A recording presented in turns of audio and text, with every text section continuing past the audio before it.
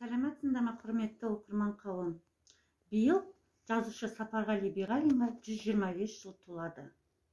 Сапарғали Бегалин 1895 жылы Семей облысы Абай ауданының Дегелек ауылында дүниеге келді.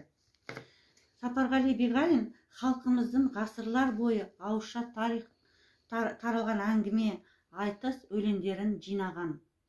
Оның үстіне этнограф, аудармашы, тарихшы. Сапарғали Бегалин өлеңдеріндегі басты тақырып туған жерге деген махаббат, өмірге, тіршілікке деген құштарлық. Халық ақындары Иса, Шәшубай, Дөскей, Төлеу шығармаларын бастырып шығарған. Пушкин, Лермонтов орыс жазушыларының шығармаларын қазақ тілге аударған. Бүгін мен сіздерге Бала Шоқан атты шығармасын оқып беремін. Шоқан бүгін әжесінің ауылына барып қайтты. Жолда ауылға жетем дегенде жапалақтап қар жауып кетті. Алғашқы жауған қарды қызықтай үстінен қарын түсірместен үйіне кірген Шоқанды көріп Жақып: «Әй, өзің қарға аунадың ба? Немене, аңнан келдің бе?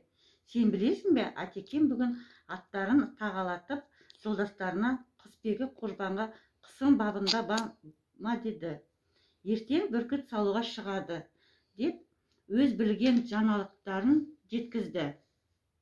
«Атеке, аңға шығасыз ба?» деді Шоқан сыпайы қана күлімдеп. «Иә, бұйырса ертең күн сонар болар деп отырмыз, шығамыз». «Қандай аңға саласыңдар құсты?» Түлкіге саламыз». «Онда мен де барайыншы?» Оқу қалады ғой.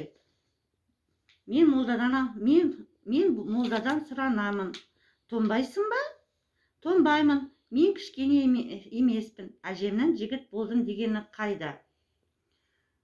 Оқырмандар, сіздерге осы шығарманың қалай аяқталғаны қызық болса, кітапханаға келіп, осы кітапты алуларыңызға болады. Рахмет.